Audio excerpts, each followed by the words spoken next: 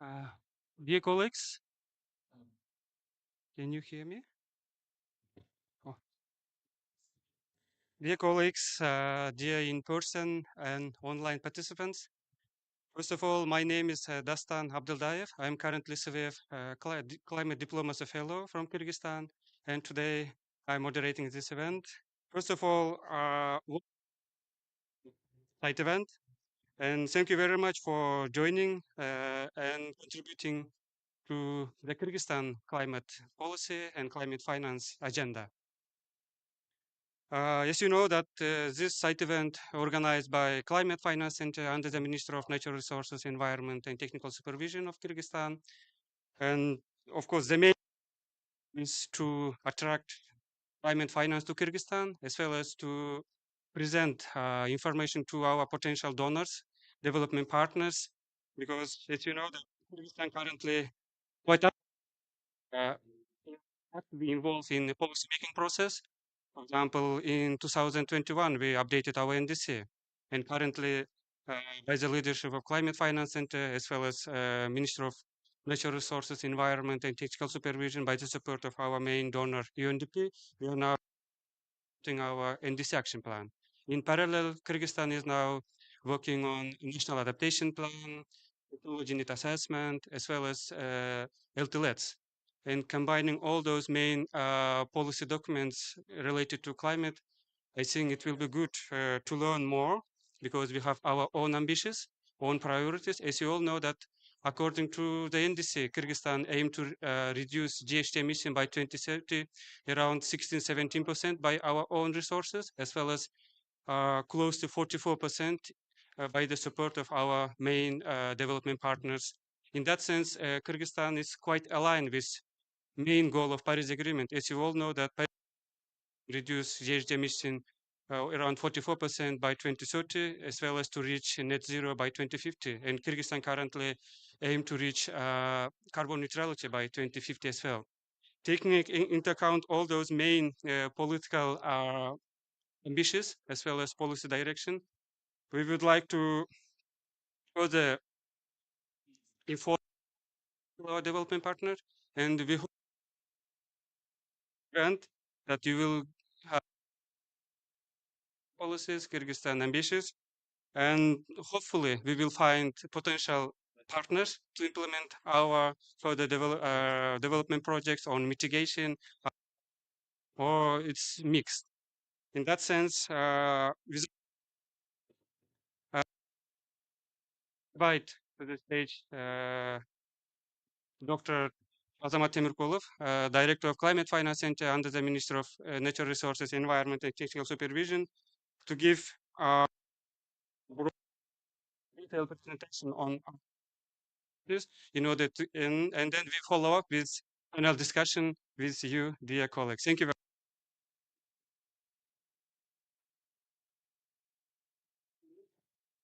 Thank you very much, Dastan. I also would like to thank NDCP for having us here and personally. We have a plan with NDCP partnership to start our NDCP action plan of the Kyrgyz Republic in January of this year. So this event today as a starting point for the next big event in January 2024. Our close partner, UNDP. Thank you, UNDP, for your support. So, and dear speakers, thank you for coming in the morning, I guess, after long trips from abroad. So I would like to present you about the climate change issues in the Kyrgyz Republic and mitigation, adaptation, development project that we propose to begin in the near future. So first of all, this is our projection of future GHG emissions under the development, under 3 development scenarios. So you can see that during the next 30 years, our GHG emission green, even then it will rise up. So what are So here you can see the projection of total GHG emissions and removals up to 2000, the business as usual scenario by source. You can 20. The main GHG emission is energy. It is up to 50%.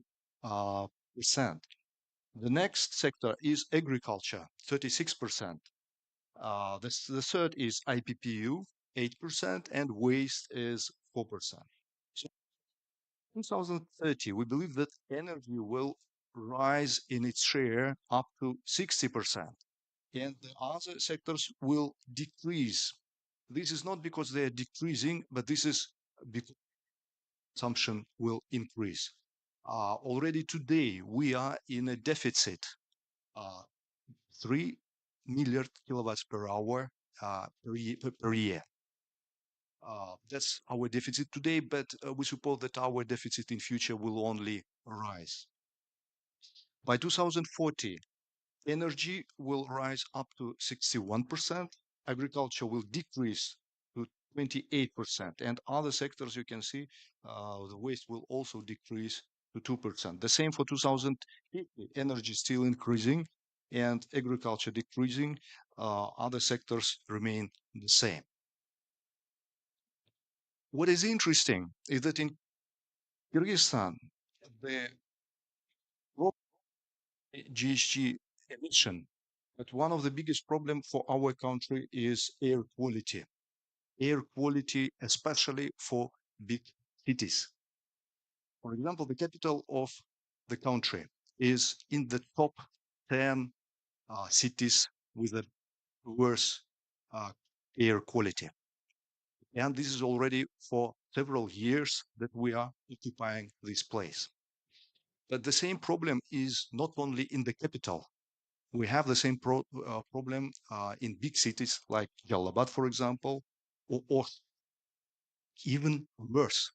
And this situation is present basically in winter. In winter months, people are heating their houses with raw coal. So that's this problem. In spring and in summer, the situation is better. The quality. Again, household. So this is again energy sector. The main problem for the GHG emission is also present here as a main cause for the bad air quality. Up to 47 all uh, bad air quality uh, due to the household heating. Percent, industry 15%, and heat power stations, central and local 7%. So heat power stations are also running on raw coal. So that's a big problem. So this which was made in 2022. So now these are objectives of our NDCP action plan. So the most important objective is energy. More than 6 billion euros for this sector. The second is transport. We have 5 tasks in our action plan, NDCP action plan. Sector, we need more than USD. The third objective is product use sector. Here we have 5 tasks, and the required funds is approximately million. This is because our this sector is very limited. The fourth sector is agriculture. We have 5 tasks. Also, the required funds are not so high, it's about 17 million. 7 tasks. So here we also required funds have up to 500 million. What our finance center is now known.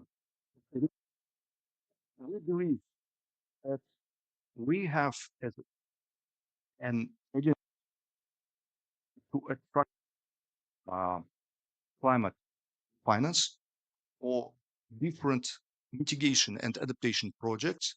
And we think that we should concentrate on the most important sectors, which are energy, for example, and agriculture.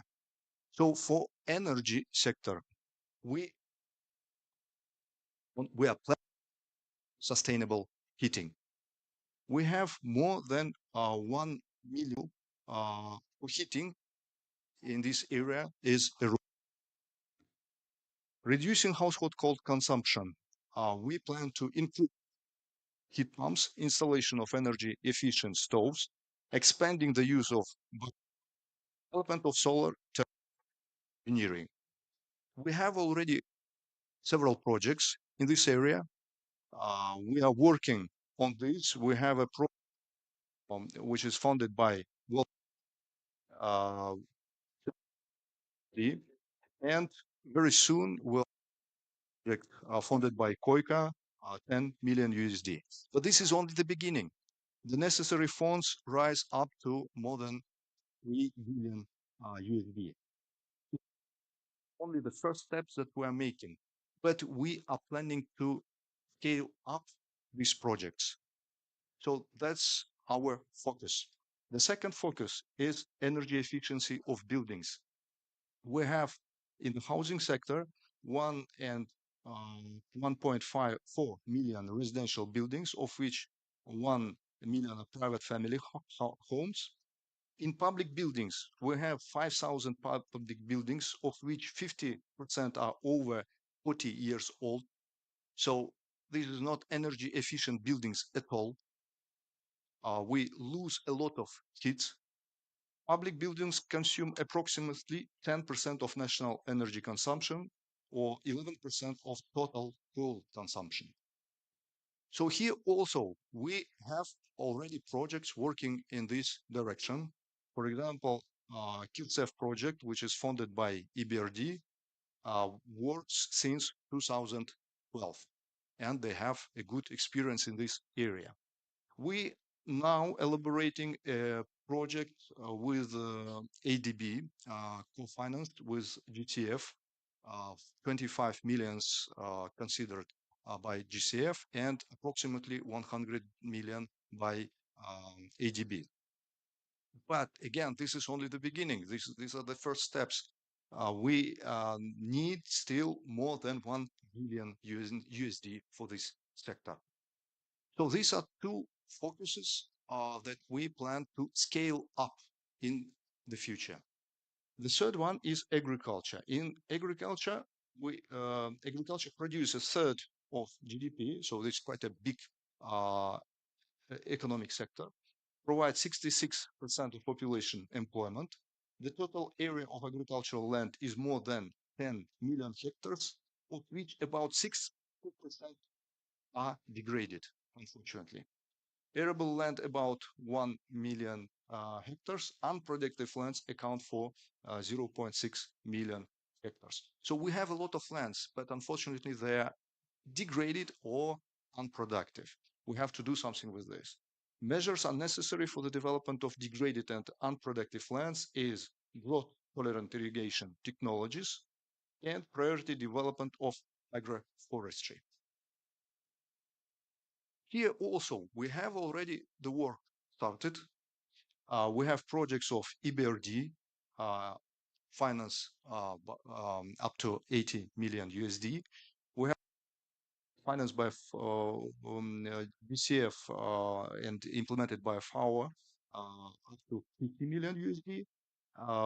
World Food Program is running a project up to 10 million USD financed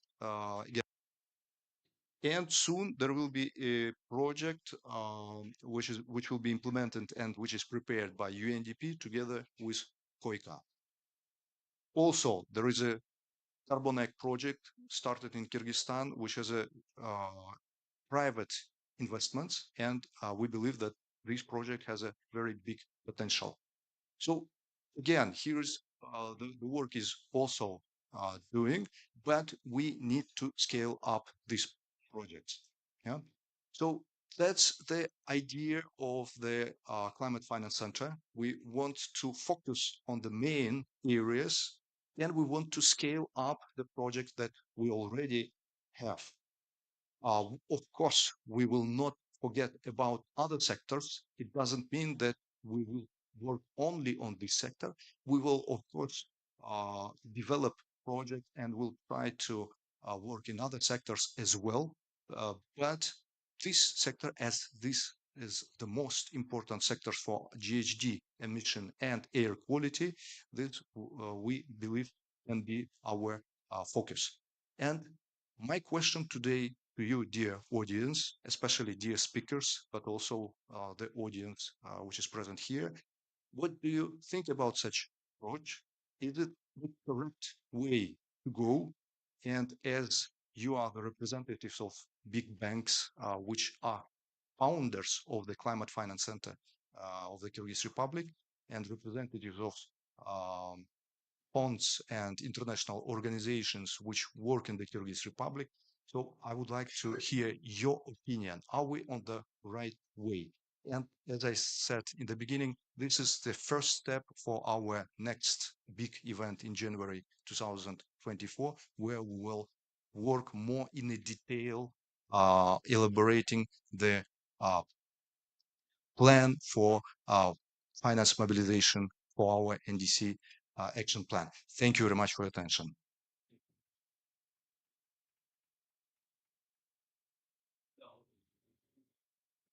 Thank you very Dr. Temirkulov, for the detailed presentation on Kyrgyzstan plans related to climate agenda.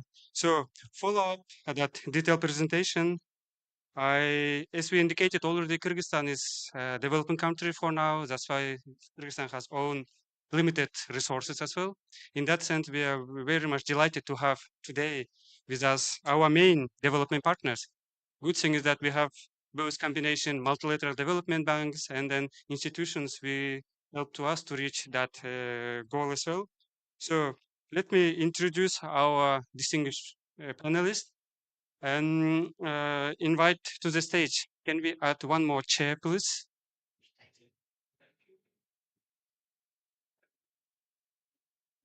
Today, we have Mariana Fieldman, Director for Country Engagement Partnership, please. Also today, Ms. Catherine Ann Cobales, Climate Change Officer at AGB, please. We're also delighted to have Ms. Nancy Venducha, Dr. Nancy Venducha from, please, as well as we one of the main partners, Mr. John William Van de Van from EBRD. Please.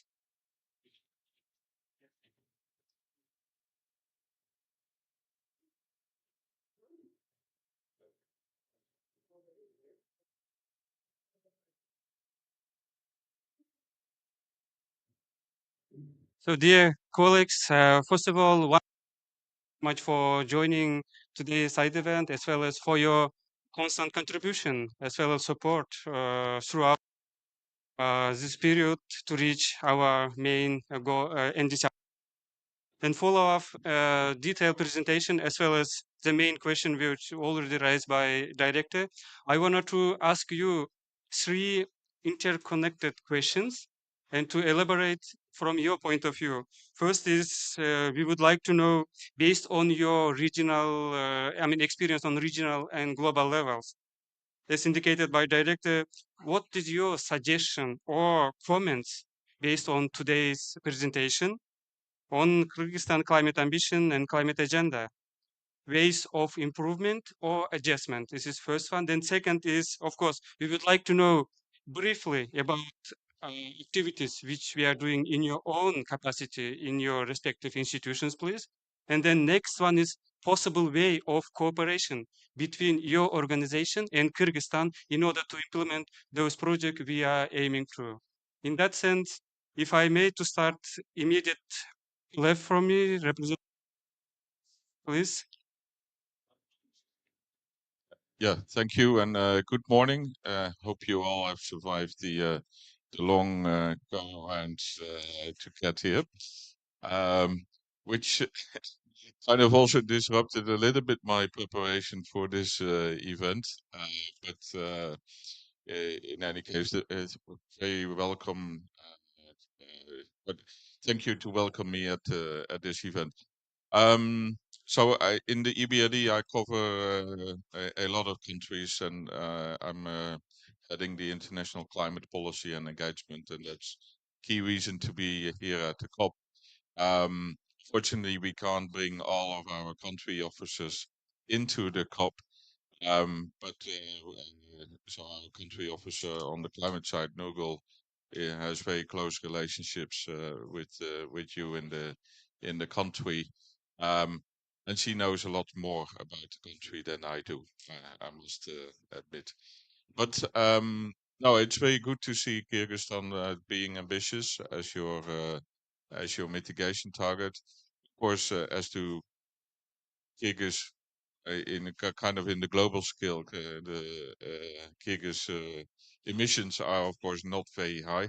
You're probably a fraction of the total global emissions, but you will and you are already suffering, so to say, from the global warming with the glaciers and so on, kind of disappearing. So and that will all have all kinds of ramifications on water supply, on kind of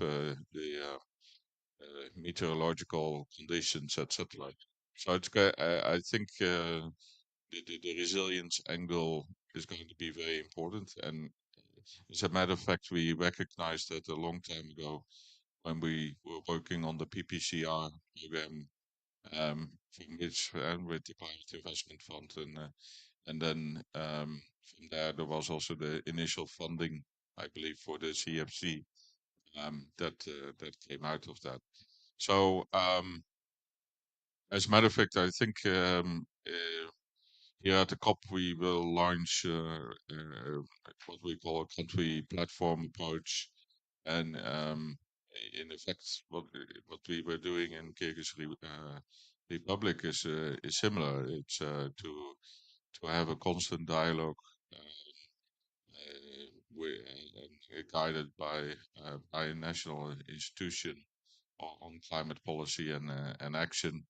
And you see that we also from your figures, we we then also able to convert plans into to action. I wish I knew more on the policy front, because I love that. So what do you need to do as a government to change regulations and so on? And I see in some of the sectors like heating for cities and so on, there's still a bit of emissions and air pollution. So you can consider pricing elements there on that. But then, yeah, you also need to look at energy tariffs and electricity tariffs reform. Um, and I would see if you can combine those policy packages also with expanding then the market for the private sector in the countries that you give a business case, so to say, also for the private sector. Um, Clearly, agriculture is going to be a very big one for you, and then there's maybe opportunity even to connect it to eventually to developments on the Article 6, and yeah. So, and as to the climate fund planning, of course, we will continue the dialogue with you and see what can be done. I believe we have a Green Cities program with Bishkek, and um, a number of investment actions being developed. Um, so let's see what we can do on district heating, wastewater treatment, and so on to improve. And then there's of course the credit lines we already deployed and maybe can be further leveraged. I leave it at this. Thank you for your detailed information. We are always collaborate with EBRD in different way in infrastructure project or in PPRC related activities. And World Bank, as we all know that new president of World Bank now quite ambitious, right, to reaching different ways of supporting developing countries. In that sense, we hope very good support from World Bank as well. But the question is the same, right? What do you want to improve from our side?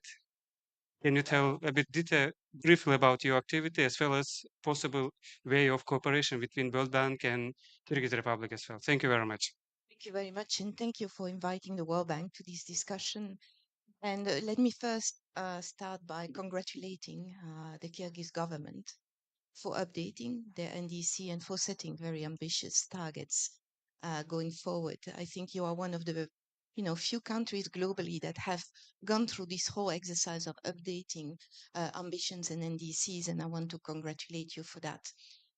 I want also to welcome your efforts to actually go from ambition to implementation plan and looking at the cost. And I think that's a very important exercise to go through. And in a sense, it's also a reality check to see to what extent ambition can be actually met with financing.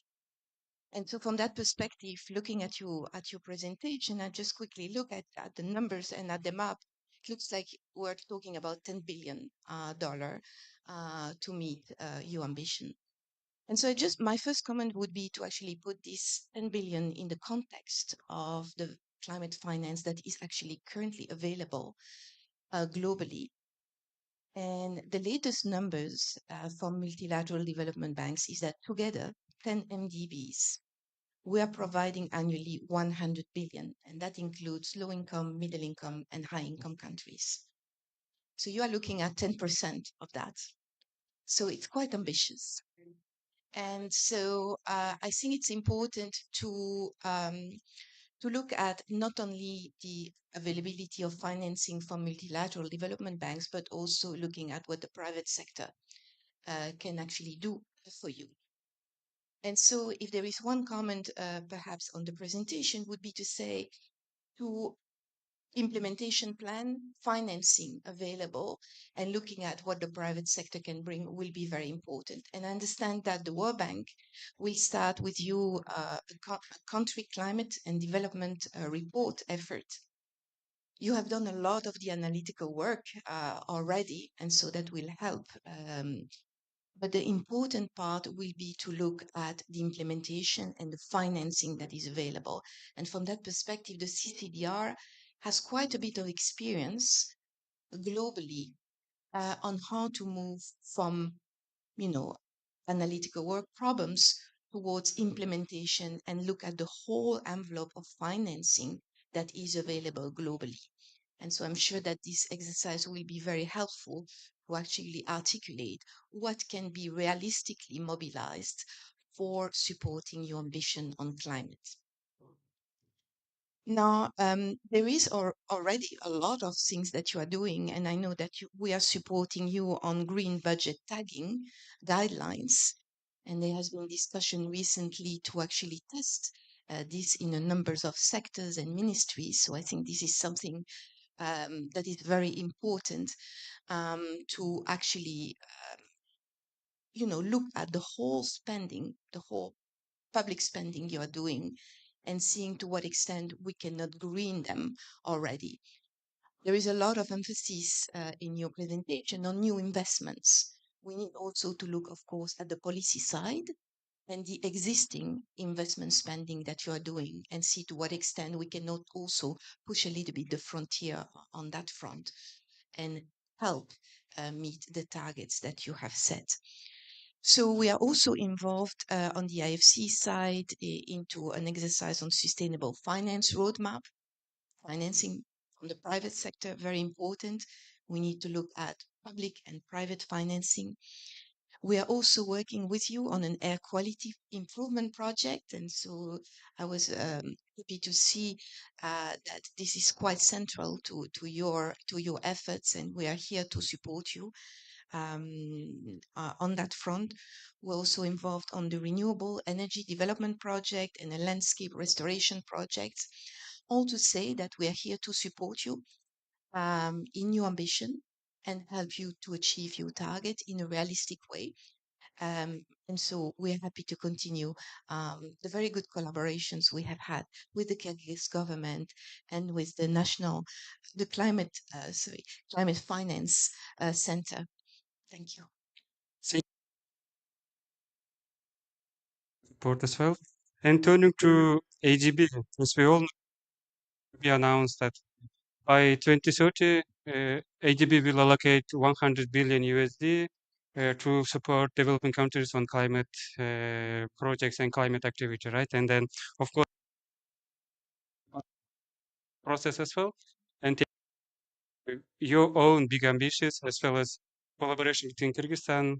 Please, we wanted to hear from you as well suggestions, way of cooperation, as well as detailed information on your activity. Thank you.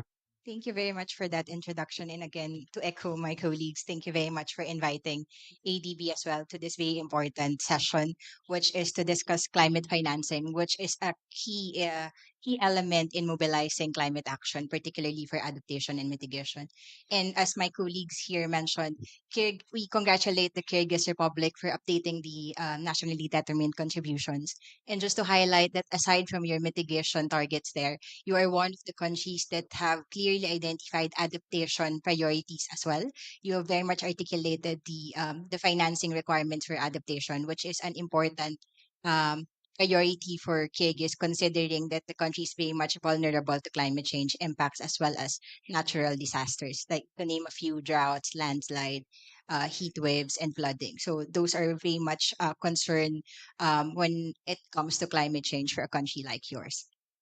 And with that, in the NDC, of course, and also you presented earlier the financing requirement to mobilize and to materialize or translate those strategies into actual concrete action. So with this, I would like to share some examples that the ADB have been collaborating with the Kyrgyz Republic. As you know, with the partnership between ADB and Kyrgyz Republic, we've been doing a number of projects in relevant areas, including agriculture, um, water, water treatment, also looking into transport, renewable energy, public finance as well, and also an important consideration on natural disasters, because landslide is one of the key disaster in Kyrgyz. So that's also being focused on by ADB. And in the process, we will be continuing to support those areas. But in this discussion, I would like to highlight, like for instance, as you've mentioned, how to further elaborate on your priorities. Some considerations, of course, would be upstream assessment.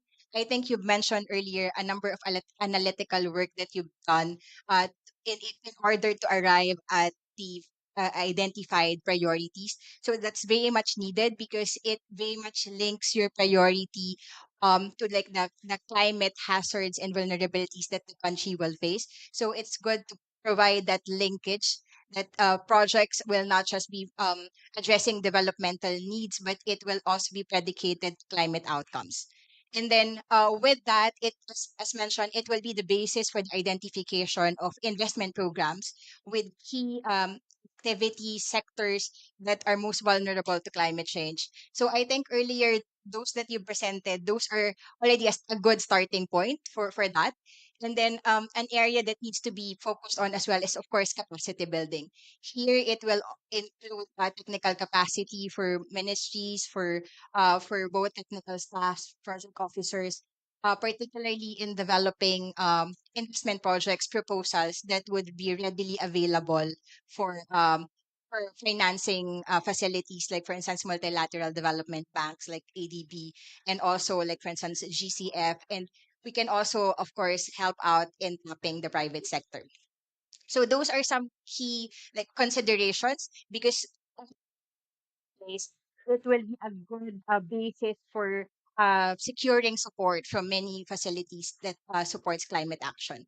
And then in terms of the work that we are working closely with Kyrgyz Republic at the moment, aside from those that you've mentioned on screen earlier, we are helping develop the national adaptation plan for urban and energy sectors. This is very much complementary to the work that our colleagues from UNDP here are currently working on, because they're focusing into 4 sectors. So in our case, at the moment, we are in the preparation of the methodology where it will identify, like for instance, for urban, it will cover 4 to 5 cities, and it will also help develop the sectoral map for urban and identify investment priorities.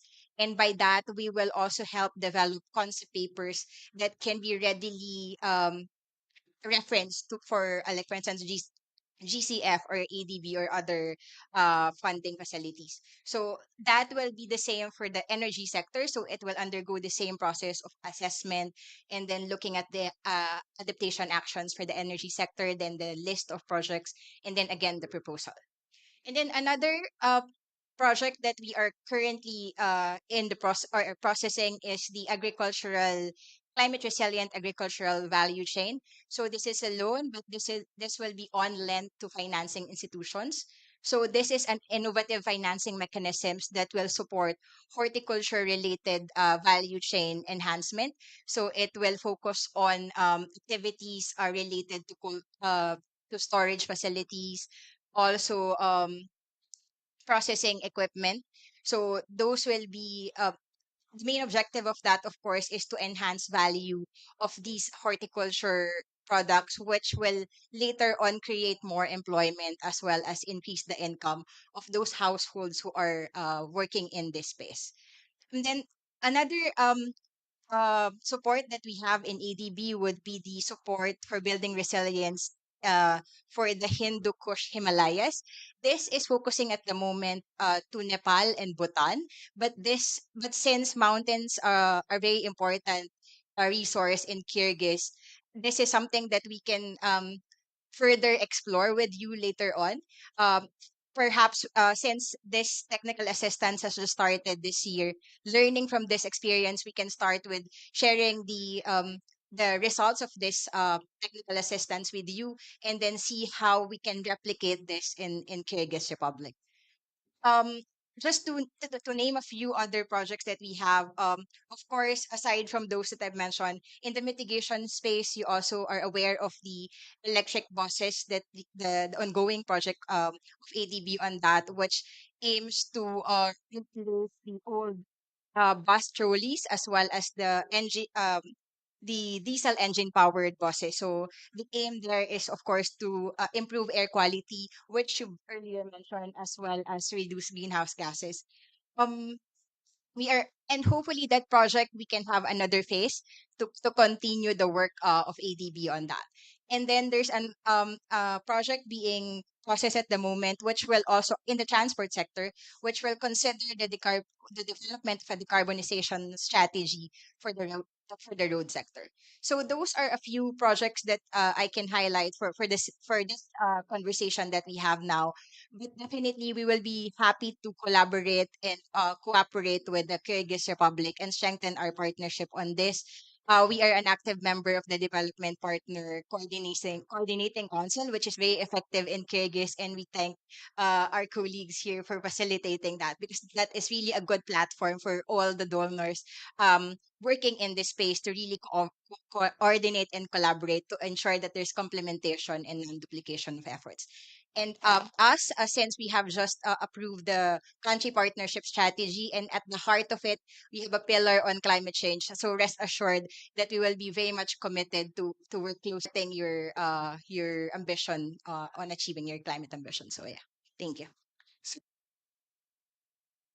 It's worth to mention that both the World Bank and ADB, we have regional project which support, and hopefully in coming years we will together implement those on renewable energy as well as an electric vehicle as well as a part of that project. Thank you. And now I wanted to turn to one of our main not multilateral development bank, but support platform, which always with us in hand, supporting in along the way to develop NDC utilities. And then thank you for Dell and team of NDC partnership. Wanted to turn to you to hear from you your way of suggestion as well as way of further cooperation with us. Thank you very much. Yes. Thank you very much. First of all, I want to thank you for using the NDC Partnership Pavilion to bring forth the experience of Kyrgyzstan. The pavilion is the house of our members, and as such, it is your house. And so we're very glad to have you here and to have other members of the partnership as well speaking today. In terms of reflections of what you have shared, I think that it is very valuable to see Kyrgyzstan's efforts to develop a comprehensive approach to actually implement the ambitious NDC that you have put forth. So the fact that you have undertaken a plan UNDP via UNDP that aligning this midterm targets with actually a long-term vision for transformation is absolutely critical to provide to implement.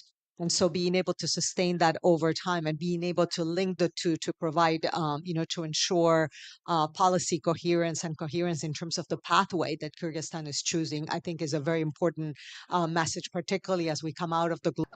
Now, the issue of finance, of course, is a critical enabler for climate action. So it's not surprising. Our experience in the partnership is that finance is the most requested area for support. 85% of countries are and in that sense, we want to congratulate Kyrgyzstan in being able to think about the costing, but also looking at some of the critical elements to be able to mobilize support at scale. And in that, I wanted to share the experience that the partnership has had with countries. And we see requests from countries' needs. And what we have found is that it's very helpful to have a comprehensive framework for approaching the issue of mobilization of finance. Yes, it is important to look at projects, and I want to come back to that. But I think that looking at what enables the scaling up of finance in the end is very important. So issues related to improving investment planning capacity, right? Like the capacity to have the right institutional arrangements to do the investment planning, to mobilize support, and then to track financial flows. Looking at the identification and prioritization and costing of key needs tied to the priorities identified in the NDC, and ultimately looking at the enabling conditions, the policies, the regulations, the financing mechanisms, looking at issues related to, having a pipeline of investable projects, but then being able to look at potential sources of finance. That provides a more comprehensive picture. And I think that Kyrgyzstan is already working in quite a lot of these elements, but in the partnership, we found that having that broader look is a good starting point to then say, based on the national context, what else needs to be strengthened? So which projects need to be supported?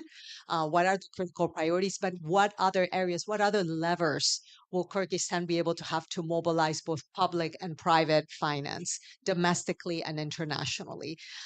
In that sense, we know that we're working, Kyrgyzstan has put forth a request recently to strengthen its project preparation facility. Enhancing the capacity to develop projects is a critical aspect. And so we know, and we're working with Kyrgyzstan to mobilize partner support to be able to increase the capacity of this project preparation facility, to embed additional capacity within the facility so that there is greater capacity to prepare projects. That kind of investment can actually unlock, support across the board. And so in that sense, I just want to say that, we meet countries where they're at. The partnership provides support both on the finance mobilization front, but also on different aspects related to implementation. Here we have 3 members of the partnership in the panel. We also have UNDP. Please, we look forward to continuing to work with Kyrgyzstan to articulate the needs that you have and share them with all of our members so that we can really leverage the tremendous resources and potential that our partners have to provide the support that Kyrgyzstan needs. Thank you. Thank you very much, dear colleagues and our distinguished panelists for your constant support, and then our distinguished panelists for your constant support. And then I wanted to give a round of applause for your action and help always. Thank you very much. And now I wanted to invite Dr. Azamat Temurkulu for closing remarks.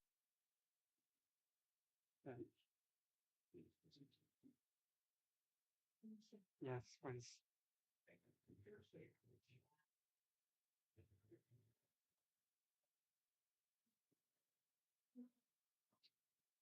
Dear colleagues, dear speakers, thank you very much.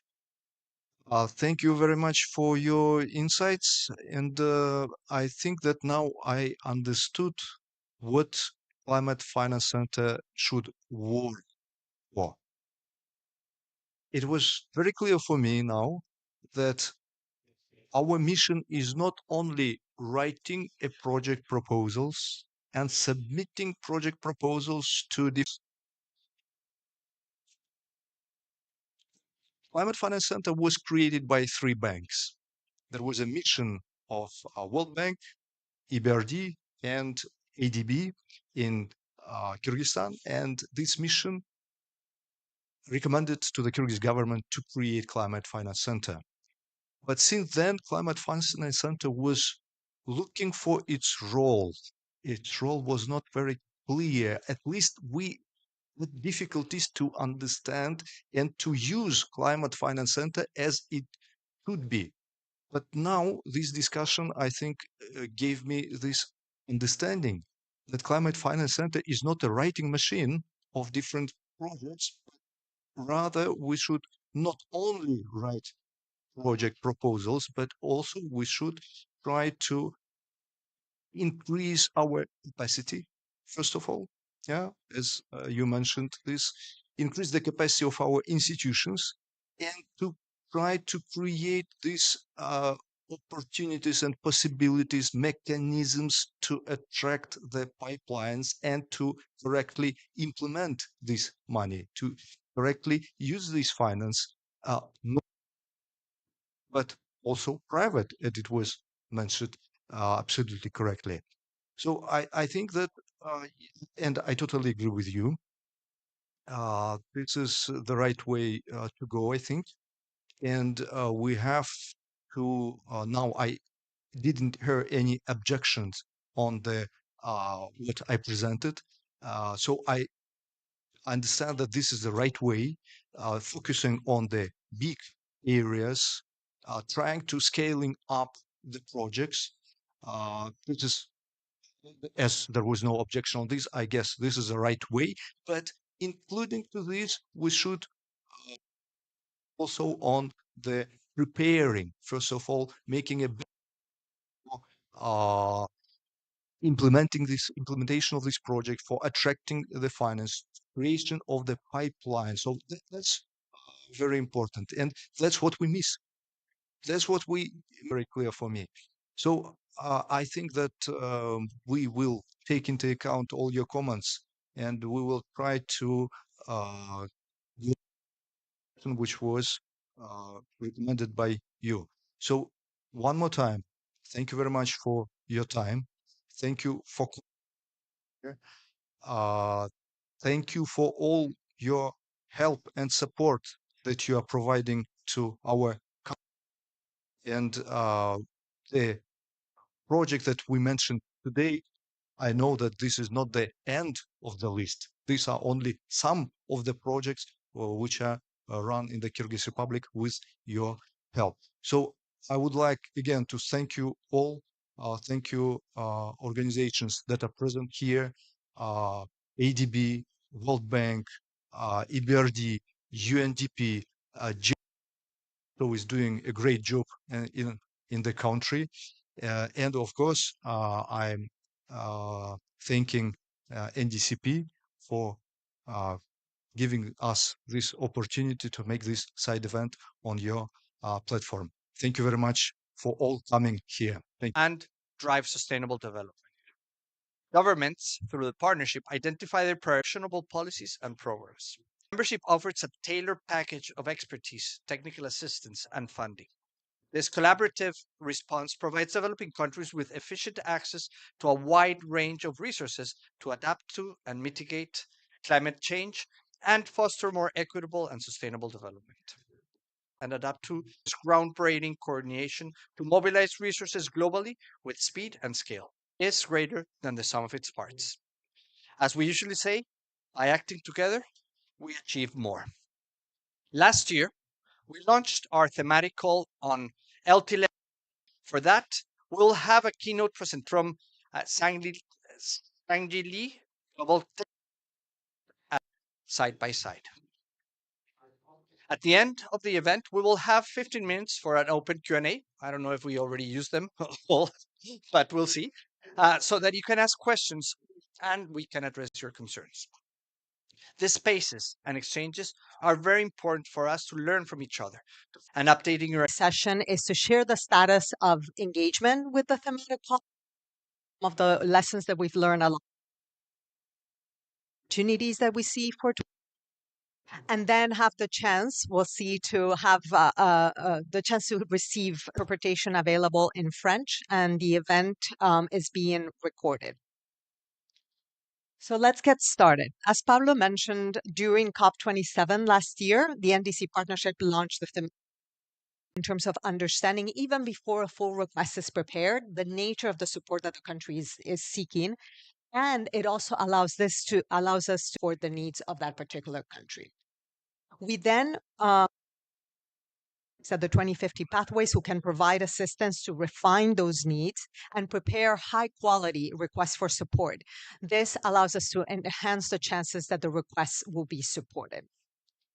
Once the full request for support points are finalized, they are shared to all partnership members via our regular circulation of requests.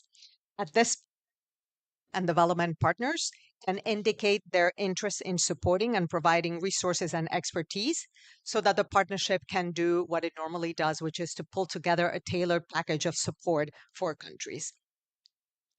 If no support is offered by partners, we have these requests can have access to what is called the Partnership Action Fund in order to seek support from partners that may have the expertise but not the funding, and we can ensure that that expertise can be provided to countries. Once we have requests being addressed, we together so that the response can be coordinated, so that we can ensure that what different partners bring to the table can be coordinated, then facilitate the tracking of activities and the lessons learned. So in terms of the work over the thematic call was launched at COP27, we have had 49 countries already engaging through the thematic call. And 36 of these countries have already submitted full support requests, offers for assistance from, which means that we have an impressive 89% response rate.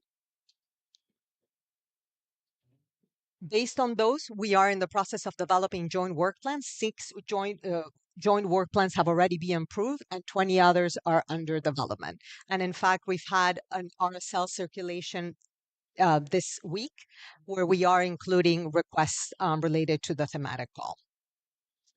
In terms of coverage, we are seeing countries in Africa being the most engaged region, followed by Latin America. And the requests received this past year, the majority are linked to the development of long-term strategies. And we have a subset focused on NDCs or a combination of NDCs and long-term strategies. It's interesting to see that we're starting to make some good progress in different countries. So I wanted to share with you the example of Georgia, which has benefited from technical advice from the 2050 Pathways platform and has requested support under the thematic call to develop and implement their NDC strategy for 2025 to 2035, and to actually mainstream their long-term strategies into sectoral development policies, into their legislative framework, and into their institutional arrangements. This has been possible thanks to the support coordinated by the NDC partnership and provided by UNDP, GIZ, IRENA, and FAO. And this is playing a crucial role. UNDP is engage in supporting this effort. UN, their long-term strategy. Now, these cases have all been possible thanks to the support provided by our partners. So UNDP has been a critical partner in this effort. Through Climate Promise, UNDP has responded to requests from 27 countries that have requested support via the thematic call. And this represents 3/4 of the countries that have participated in the thematic call so far. So we're very grateful to UNDP for its support. As I mentioned before, the 2050 Pathways platform has also played a crucial role, helping guide the thematic call technically and provided advice when requested by participating countries to ensure that their requests are clear. We know that with the global stocktake, we have in our hands a pivotal moment to stop, reflect, and understand the role that each country plays in the global state of climate affairs. And it's a moment to understand where we are in implementation, but also the additional opportunities to enhance ambitions that countries may have. So by the end of 2023, countries are expected to leverage the lessons from the global stocktake to be able to inform the development of their long-term strategies and the enhancement of their NDCs. We see the global stocktake as an opportunity to be a global accelerator for governments to pursue the transformational change that they're seeking and inform their climate and investment decisions. And so with that in mind, what we see as we head to 2024 is, number one, an increase in the requests from countries related to the development of both long-term strategies and NDCs, but we expect to see an uptick on the demand for the development of NDCs. And we think that this is an opportunity to build on some of the lessons that we have learned collectively through the partnership in terms of the importance of making these pivotal planning instruments, instruments that are tied with the development priorities of the country. This is an opportunity to integrate them with national economic and development planning. And for that, engaging the ministries of planning is critical. Is an opportunity to double down on the engagement of line ministries so that all the critical sectors are involved in the development of the NDCs and the long-term strategies, and also to be able to engage through a whole of society approach, national and non-state actors, so that countries can leverage the power of their contributions to. In addition, there is a lot of discussion around how we mobilize greater finance. And one of the opportunities that we see in the development of long-term strategies and the next round of NDC development is to consider more explicitly the costs of the measures being proposed and the investment opportunities that the enhanced NDCs and the long-term strategies provide. And in that sense, the engagement of ministries of finance in the process of development of NDCs and long-term strategies is critical. It's critical to measures to be able to integrate the national budgeting. The engagement of ministries of finance is also important so that countries can enact the right fiscal policies to drive implementation. Maybe this is an opportunity to provide a teaser that we'll come back to this. The important contribution that ministries of finance can make in the process of developing these planning instruments, and we'll have an event on December 4th to discuss that further. Let me just finish by in this area as what we look for 2024 to say part of the Global Climate Promise team, and I do also serve as a manager of the L2LATS component of the Climate Promise. So I know many of you are all very familiar with the Climate Promise, but just to set the scene, I'm part of the Climate Promise team that has been supporting countries in enhancing and developing their NDCs. We have been supporting more than 127 countries, which makes up more than 85% of the developing countries.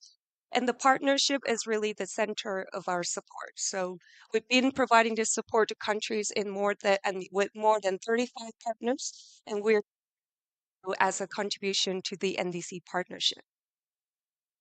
These are the four main key pillars of our support.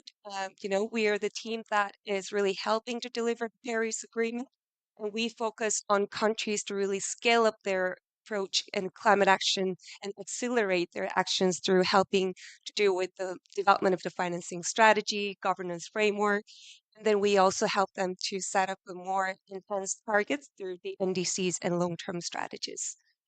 We do that also in a very inclusive manner by helping to make sure that we're engaging with different segments of the society. And then at the global level, we're also helping with the global regional engagements, communications, and data work and capacity building work as well.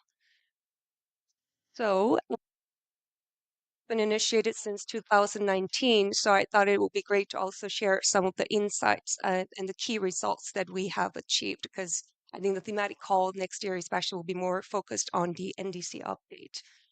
So far, we have been supporting more than 180 countries in enhancing their NDC. What does that mean? That the NDCs that have been submitted with our support has a better quality, meaning that they have followed the direct coasting, they have engaged with more of the vulnerable population, and then they're also strongly linked with other development and sectoral plans. In terms to throw you some numbers, that means the 97 countries have strengthened their institutional framework. And we also help countries to mobilize climate finance and resources. So, for example, we help the countries, 56 countries, to develop the NDC financing framework as well. So, the reason why I was talking about the broader climate promise support, is because we're really leveraging the entire portfolio and experience of the climate promise to scale up our support on LTLETs and the thematic call. So this year in 2023, we've worked very closely with the NDC partnership. So that really helps us to support and respond to 27 countries with their request related to the LTLETs and NDC enhancement. So those countries are indicated in this map. And as Marianne said, we also basically follow the same process of the NDC, providing support around these three work streams that has been already explained. A step further, in terms of the regional distribution, this is only short support. So same, the RBA, the Africa region, is the one that receives the most support, and we're actually very happy about it because that's where the capacity requirements and demands are high, and that is being followed by the Latin America and Caribbean region. In terms of the type of the work stream, we are basically providing support to countries who do not have the LTS to develop and start the process of developing the LTS. So those are the work around helping to set the long-term vision or to do the roadmap development or some sort of socioeconomic assessments.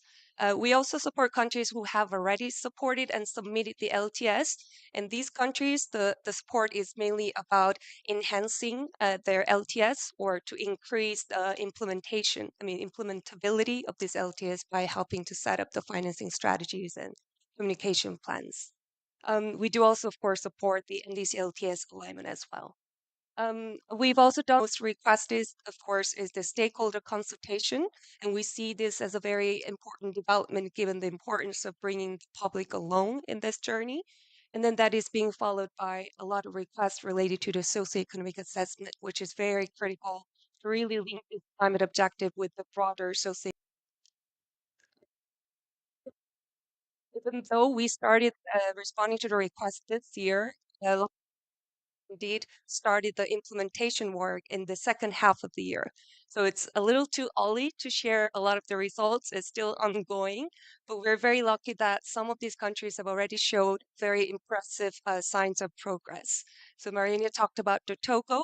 They have already set up the institutional governance framework so that they can develop the roadmap.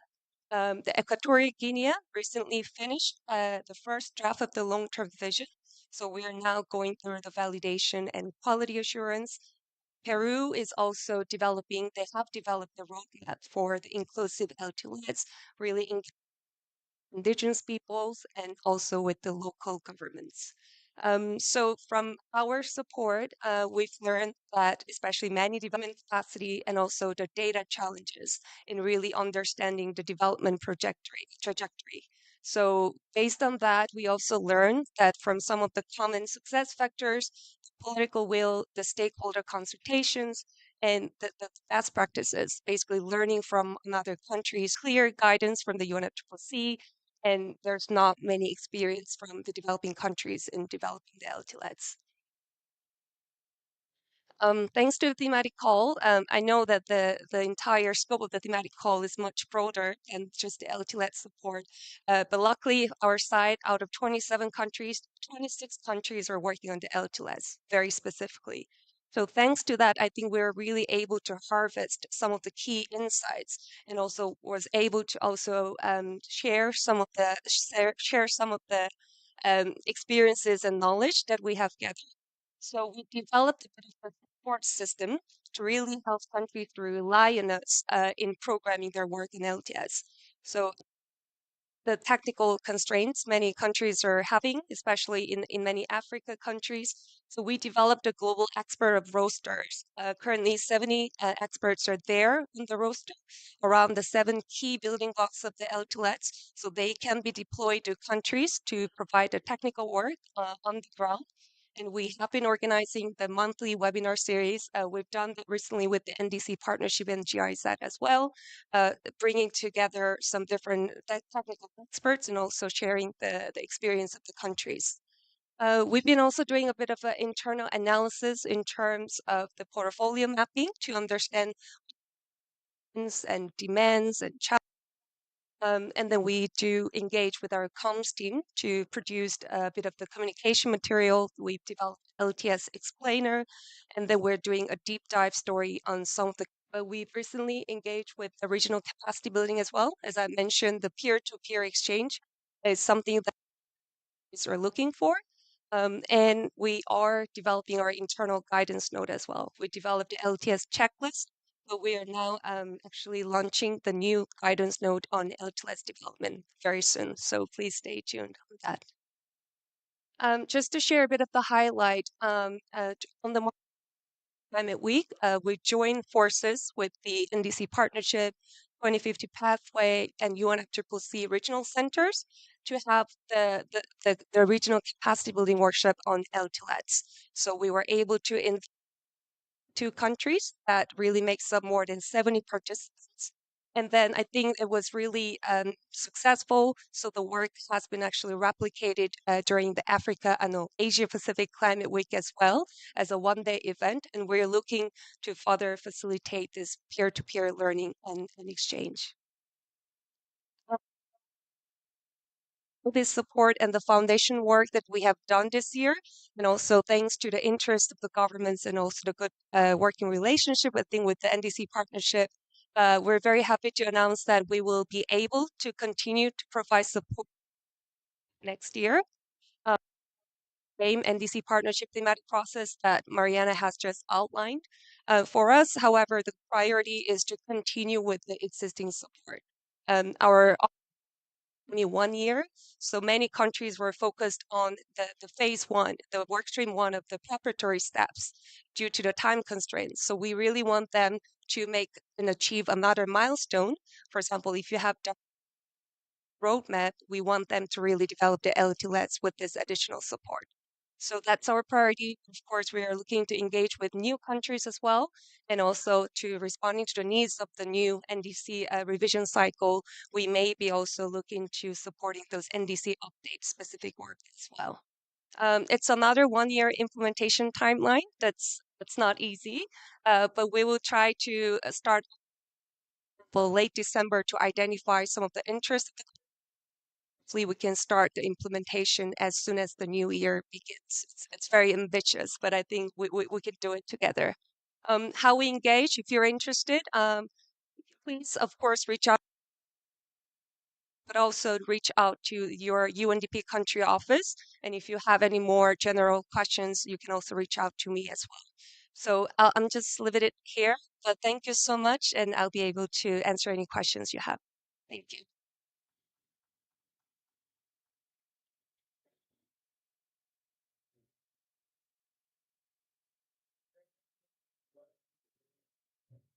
Good afternoon. I'm Richard Baron with the 2050 Pathways platform. Very happy to be here We've been working, I think, hand in hand and side by side with the NDC partnership for more than 5 years now. I think we first met in the Marshall Islands for support we were bringing there in 2018.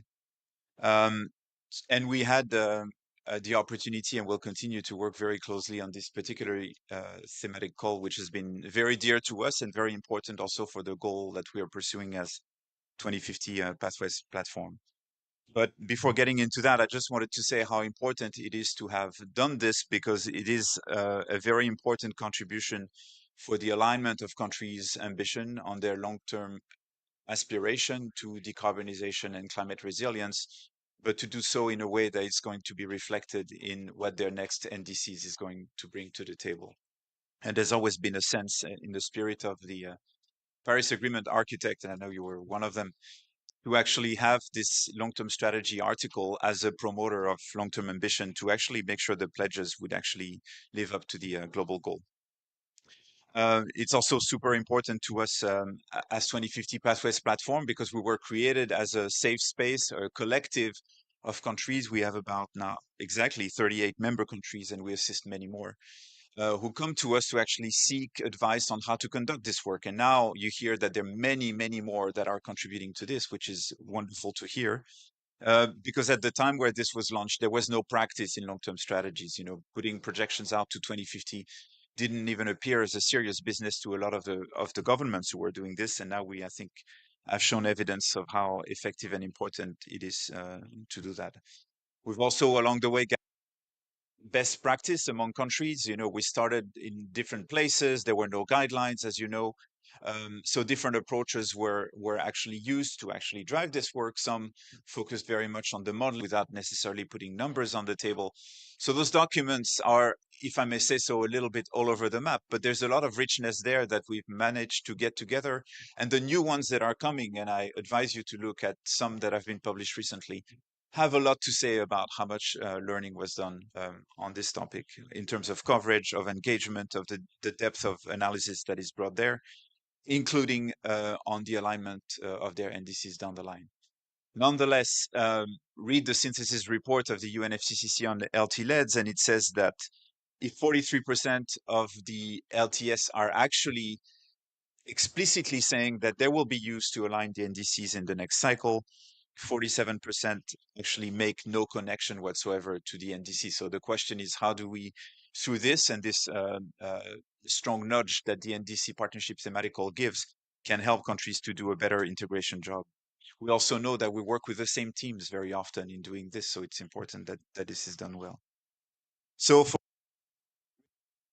to support the countries in refining their request, as was said here. So thank you for acknowledging that. We did learn a lot doing it as well, and so we look forward to doing more to make sure that they understand what this means to do this work, to understand that it's not about rushing into modeling. And I'm actually almost pleased to see that there's not that much modeling that's being supported through the UNDP Climate Promise. I noted 4 countries out of quite a large number. So even if those projections are important. But many countries ask us also for best practice. They said, tell us, who has done a good job on this. And so we're able to be critical, but also to indicate what has worked well in various contexts. I should say that this is also something we're quite keen on, is to learn from the things that don't work so well, the difficulties we've encountered in doing this work with countries because capacity wasn't there, because our advice maybe wasn't clear, or because the spread and the breadth of the work is so much that our interlocutor cannot take it. And so we have to take it to the next step, to the next group of government stakeholders for this to work. One thing we've been quite keen on, and I see this reflected here, is to ensure that countries have this vision. And that is that they don't rush into the mitigation assessment, that will basically take the sectors and say, by 2050, there's so much we could do. Yes, we could, bring all electricity down to 0 emissions. We could actually electrify a great deal of transport. So, by 2050, there's a lot of things you can project, right? But we tell them, first of all, tell us what your socioeconomic aspirations are for that time frame.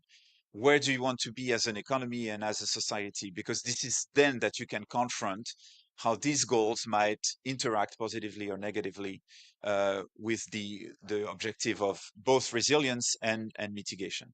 And in many cases, that message is difficult because people want to rush to show that they're doing the job on climate. We want them to ensure that there is this robustness by being able to speak to the greater aspiration of a government, which is not necessarily mitigate greenhouse gas emissions, especially in countries whose emissions are a fraction of the global total. So a very important point is to develop that vision and then start looking into the quantification and the engagement. We also do this, and we advise them to do this in the way that they might be able to get what indicators are going to be important to speak to different parts of the government. And you'll have an event here with the ministries of finance, and look forward to hearing from that, because we find that in many cases, the LT-LEDs do not speak to the questions that ministries of finance have here and now. They may want to know, we're going to save on oil, but I'm going to have to import all these electric vehicles by 2040. How do we do this? Where is the money coming from? You're asking me to lower the taxes on PV, but those taxes are important for me for my budget. So what do I do in exchange for this? So those indicators, if they can be put to the table when the vision is elaborated, then the people who are going to do the quantification might be able to further engage those same parts of governments by saying, you had a question and this is the answer. Or if you had a question and we haven't answered it, what could we do as a community to help you get to the bottom of this? So that might be about how the debt is going to evolve, the fiscal resources that might be coming or not coming. We won't get it right to 2050, of course, but we need indicators that are going to be able to speak to what those countries' issues really are. On this note, we've actually developed a financial dashboard that we can make adjunct to the LT-LEDs so that you can ask the right questions from a finance ministry perspective to say, this is the direction of travel, this is what it implies for those indicators. And so that helps them being engaged. Now, a lot of people also ask, the NDCs are actually making a lot of, making strong commitments on a number of policy, right? And so they ask, well, how does the LT-LEDs then help? Because we're already engaged with all those policies. And it's a fair question. I think the LT-LEDs have a role to play in actually indicating broader systemic changes that might not be there. There is a tendency sometimes to look at NDCs as, you tweak a lever over a certain sector for the next 10 years and you achieve this. And the broader transformation is left to the afterwards, if you will. I think the LT-LEDs can tell you something about this, but they also indicate how the government might want to organize itself to actually conduct the work of this transformation, which is a lot of hard work, what institutions might be needed, or what actual new policy frameworks can be put in place. And I just wanted to say that they are, in fact, coming out of the decarbonization strategies that we've helped done. There are loans that development banks put forward on that basis, and that's the sort of things we'd like to see more of. So complementing and not overriding the NDC is really what we're after here. There are questions also on infrastructure choices and so on. But we've actually noted also coming out of the synthesis report that out of all of the LT-LEDs that have been published, only 11% actually speak to those institutional changes or speak to what new institutions are needed to actually drive this process forward. So we want to encourage countries to do that more. The NDCs have a very, very strong role to play, and they need to be updated on the trajectory for greenhouse gas emissions that meant with this as well. And for this, we hope we can continue to collaborate with the NDC partnerships, with your member countries and others, and go side by side on this journey, which is more than ever important. And the global stocktake speaks a lot to this, unfortunately. Thank you very much.